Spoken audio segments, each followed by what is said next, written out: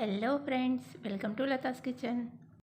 ఈరోజు మనం catering style tasty అయిన దొండకాయ ఫ్రై ఎలా ప్రిపేర్ చేయాలో చూద్దాం. ఈ దొండకాయ ఫ్రై ఇలా పొడి పొడిగా చాలా టేస్టీగా ఉంటుంది. ఈ దొండకాయ ఫ్రై చపాతీ ఇంకా రైస్ దేంట్లోకైనా చాలా బాగుంటుందండి. అన్నంలో సాంబార్ కానీ టమాటా రసం కానీ వేసుకొని పక్కన ఈ కర్రీ పెట్టుకొని తింటే ఇంకా బాగుంటుంది.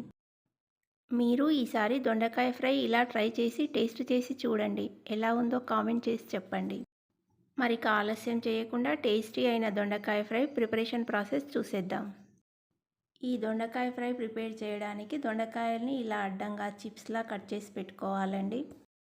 దొండకాయల్ని కట్ చేయడానికి ఎక్కువ టైం పడుతుంది కాబట్టి మనం ముందు రోజు నైటే దొండకాయల్ని ఇలా కట్ చేసుకొని ఒక బాక్స్లో వేసి ఫ్రిడ్జ్లో స్టోర్ చేసుకోవచ్చండి. ఇలా ముందుగానే కట్ చేసి పెట్టుకుంటే మనకు మార్నింగ్ హడావిడి లేకుండా వంట త్వరగా అవుతుంది. స్టవ్ మీద ప్యాన్ పెట్టి ఎండుమిర్చిని వేసుకోవాలి.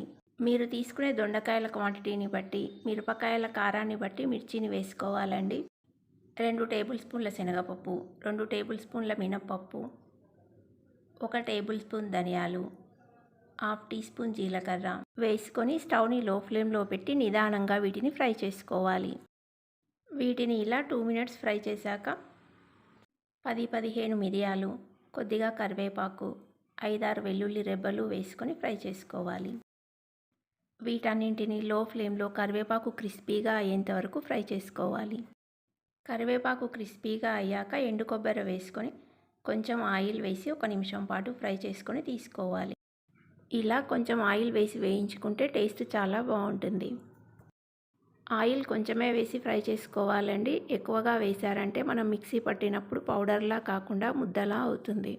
ఇలా ఫ్రై చేసుకొని వీటిని పక్కన పెట్టి చల్లారనివ్వాలి. ఇప్పుడు స్టవ్ మీద బాండీ పెట్టి డీప్ ఫ్రైకి ఆయిల్ పెట్టుకొని పల్లీలను వేసి ఫ్రై చేసి ఒక ప్లేట్లోకి తీసుకోవాలి. పల్లీలను ఫ్రై చేసి తీసాక ఇందులో మనం కట్ చేసి పెట్టుకున్న దొండకాయ ముక్కల్ని వేసి ఫ్రై చేసుకోవాలి. స్టవ్ని హై ఫ్లేమ్లో పెట్టి ఇలా కలుపుతూ దొండకాయ ముక్కల్ని ఫ్రై చేసుకోవాలండి. దొండకాయ ముక్కల్ని ఇలా కలుపుతూ ఫ్రై చేసుకుంటేనే ఈవెన్గా ఫ్రై అవుతాయండి. లేదంటే ఒకవైపు ఎక్కువగా వేగిపోయి మరోవైపు పచ్చిగా ఉంటాయి.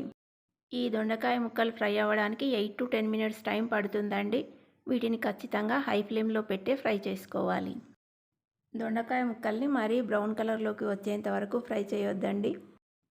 ఇలా కొంచెం కలర్ చేంజ్ అయ్యి ముక్క మెత్తబడేంత వరకు ఫ్రై చేసుకొని ఒక ప్లేట్లోకి తీసుకోవాలి. నేను ఇక్కడ 1/2 కేజీ దొండకాయల్ని తీసుకున్నానండి. వాటిని 2 వాయిల్గా వేసి వేయించాను.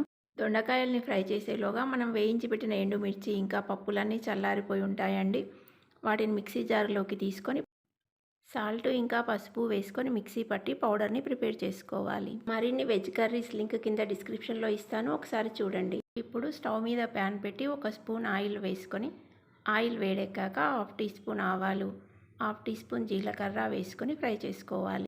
ఆవాలు ఇలా చిటపటలాడే వరకు ఫ్రై చేశాక కరివేపాకును వేసుకొని కరివేపాకు క్రిస్పీగా అయ్యేంత వరకు ఫ్రై చేసుకోవాలి. కరివేపాకు క్రిస్పీగా అయ్యాక మనం ఫ్రై చేసి పెట్టిన దొండకాయ ముక్కలు ఇంకా ప్రిపేర్ చేసుకున్న మసాలా పౌడర్ను వేసి కలుపుకోవాలి. మసాలా అంతా ముక్కలకి బాగా పట్టేలా 2-3 మినిట్స్ ఫ్రై చేశాక మనం ఫ్రై చేసి పెట్టుకున్న పల్లీలను కూడా వేసి కలుపుకుంటే ఎంతో టేస్టీగా ఉండే క్యాటరింగ్ స్టైల్ దొండకాయ ఫ్రై రెడీ. ఈ సీజన్కి ఇది పర్ఫెక్ట్ రెసిపీ అండి. దీంట్లో వెల్లుల్లి మిరియాలు వాడాం కాబట్టి ఈ సీజన్లో వచ్చే దగ్గు జలుబు రాకుండా ఉంటాయి. ఈసారి దొండకాయలతో ఇలా ట్రై చేసి చూడండి. ఈ రెసిపీ మీకు నచ్చితే లైక్ చేసి షేర్ చేయండి. మరిన్ని ఇలాంటి టేస్టీ రెసిపీస్ మీ ఫోన్కి నోటిఫికేషన్ రావాలంటే లతాస్ కిచెన్ ఛానల్ని సబ్స్క్రైబ్ చేసుకొని పక్కనే ఉన్న బెల్ ఐకాన్ని క్లిక్ చేయండి. Thanks for watching.